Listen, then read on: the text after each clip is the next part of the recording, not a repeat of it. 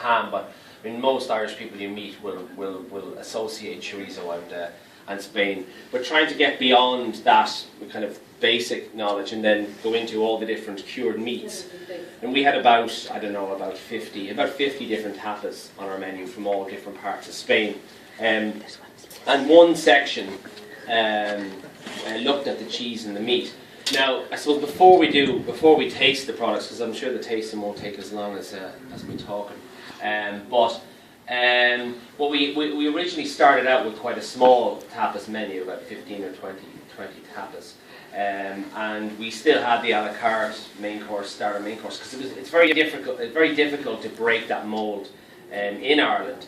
And we just felt when we opened 5 years ago that it wasn't possible to open a restaurant that was just a tapas bar and still be a restaurant and still get people in for dinner. So it wasn't that we were just either before or after dinner like say a tapas bar in Spain. So our idea behind Cava wasn't so much to replicate something in Spain, because I thought it end up being twee, or it end up looking like, I don't know, the many Italian restaurants that you see, the trattorias that look nothing like Italian restaurants in Italy. So the idea behind Cava was to see how to translate Spanish food into an Irish context. And we went and looked in London and we went and looked in New York, and to see how Spanish restaurants outside Spain, like 90% of them run by Spanish expatriates, and see how they were using like the indigenous products in a non-Spanish environment. And I suppose we learned from that, and our own menu developed along the way. So we were gradually able to, I'd say into our third year, very much remove most of the a la carte, other than the paella, other than the Spanish rice dish, which was our only a la carte option, our only main course, and the kind of tapas took over. So it took about 3.5 years to get to the point where people were used to the whole idea of tapas. And whether we had to make them slightly larger because people in Ireland want bigger things in front of them and they don't like the ideas of little pinchos and that.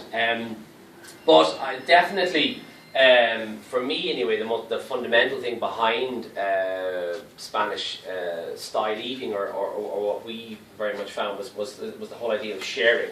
And it was when you put down a plate in front of someone and they share it collectively. So they don't get one specific thing themselves, or 10 specific things if there's a table of 10.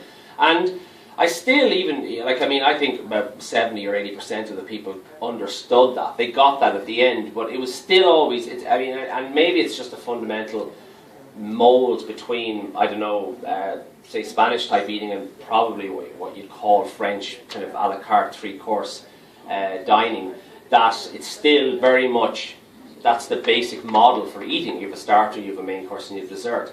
And even we still had that similar option, but broken out into tapas form. So we'd start, say we had a set menu of 12 people, we'd start with some meat and cheese, and then we might go on to say seafood, and then hot meat, and then dessert. But so you're always kind of bound to that concept. But definitely, I still think there's more work to have. Kind of ingrained habits of wanting your meat with your veg and your other thing, that they'd be waiting there with, say, I don't know, their little duck, and they'd be waiting for their potatoes, and then they're like, I can't eat that before I get my other thing, or why does that guy have that down there and I haven't got mine? And that was, I suppose, one of the difficulties we always counter, but in a small percentage. And we often sometimes had to try and balance things, but you'd imagine with a kind of large kitchen and 50 tapas coming out of 4 different sections, it wasn't possible to communicate all the time between who was doing the grill and who was doing, say, the paella, and who was doing the cold meat and larder. So again, that was a challenge, but I still think it creates for very interesting dining, and also the fact that people had to share things. And the larger the party, I found, the better they were at sharing. But if you had kind of 4 people, you're like, that's mine, and you have it in front of you, and it's like they're very unwilling to put it in the middle of the table where like it's not going to be theirs anymore. And you give them a plate to put it on, but again, there's still habits that I've noticed that I think that we need to break. Like before we go onto the food. The other thing with regard to, I suppose, the financial and economic side of the tapas, I felt over the 5 years was the numbers were higher, but the spend was lower. But at the same time, I felt with a kind of tapas menu that you were able to bring in more people on downtime. So like on your, I don't know, Monday or Tuesday or Wednesday, because we didn't have a minimum price per head. So people could come in and have a glass of wine and patatas bravas. It's like, I don't know, €9 or something like that. So like unlike, say, dining where you've got to make a decision, am I going out for dinner tonight? Okay, I'll probably go for this restaurant. Oh, look, I might have a starter. So our average spend per head was probably about €25, which is, say, in contrast to our restaurant in Anir where it's 60 to 80.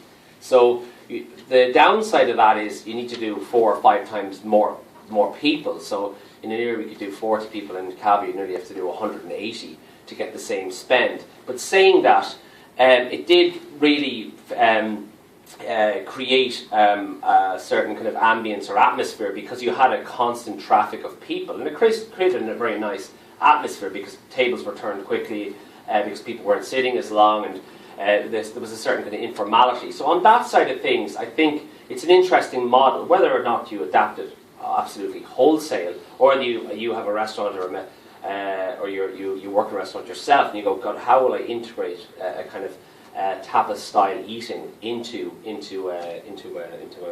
menu?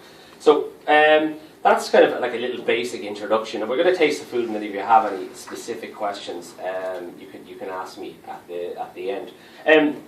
We're going to start off with two olive oils, and again, the 2 olive oils we have are extra virgin.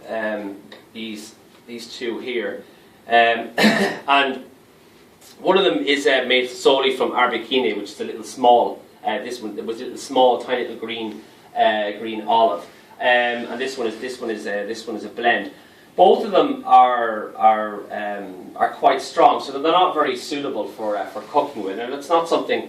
I mean, I'm sure most of you will know that it's extra virgin just isn't so suitable for cooking because of its strength. I know some people do it, but I generally try and use pomace, which is the 3rd press, or you can use just a kind of basic olive oil, which is the 2nd press for cooking, because the flavour isn't as strong, and of course the smoking point is less on the extra virgin. And also extra virgin is much more expensive, so the idea to cook with it is to kind of fundamentally increase the cost of the dish. But certainly, I just want you to kind of have a taste of these 2. I mean, what we used the extra virgin for in Cava was for when people came in to have some bread and to dip it in the bread. So you have some bread. So do have a taste. You can drink it if you want and have a drink of it.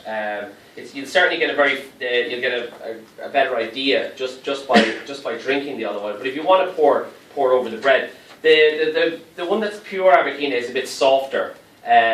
Has a bit kind of more balance to it, and this one, as you'll notice, there's quite a hint of spiciness at the end of it.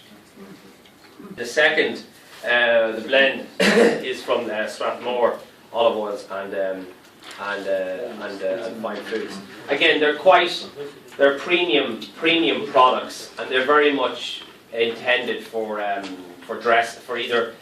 dressing something quite lightly, or just for eating with bread. We used to serve sherry vinegar, Spanish sherry vinegar, PX style sherry vinegar, which is close to a balsamic, and we used to serve that with the olive oil and some bread at the beginning of the meal. So it's a nice little touch, and they're 2, I think, the kind of best uses for the oil. Also, you can dress the meat with it. It's beautiful poured over either the Serrano or the Iberian ham. And a lot of the times we'd use an oil such as the second one for dressing to add more flavour and more complexity. So you can just see from the first 2 that and they're by no means unique in their diversity. I mean, you really have to go through a certain amount of olive oil to find one that you like. There's many different Spanish olive oils on the market. But again, what's interesting, I think, as well, is that as far as I know, Spain is the biggest producer of olive oil in the world. and anytime I do these kind of demonstrations with kids, they always say Italy. And I don't know if that's the marketing side of things. The Italians are we're good at, or the Spanish just haven't told enough people. But it's definitely something I think that's taken for granted. And actually, a lot of the Italian olive oil, sometimes the olives are actually grown in Spain and sent to Italy. So it's a massive producer of olive oil on a world scale. And from the very, very kind of basic kind of cooking olive oil to really, really rich and delicate oils. And there's a great diversity. And again, I suppose the only rule of thumb is that I suppose the more expensive one you have is not to, again, it doesn't make any sense, financial sense, to be using it in cooking, unless you're cooking something, I don't know, either cooking something sous vide or cooking something with the olive oil that you've chosen that oil to give a particular flavour. So I don't know if you're going to cook some fish and you've got a nice peppery extra virgin olive oil, but again, you've got to keep an eye on the temperature, because the smoking point of extra virgin is lower because of that kind of more peppery, kind of delicate flavour, and you might end up just ruining the oil. So again, it's something to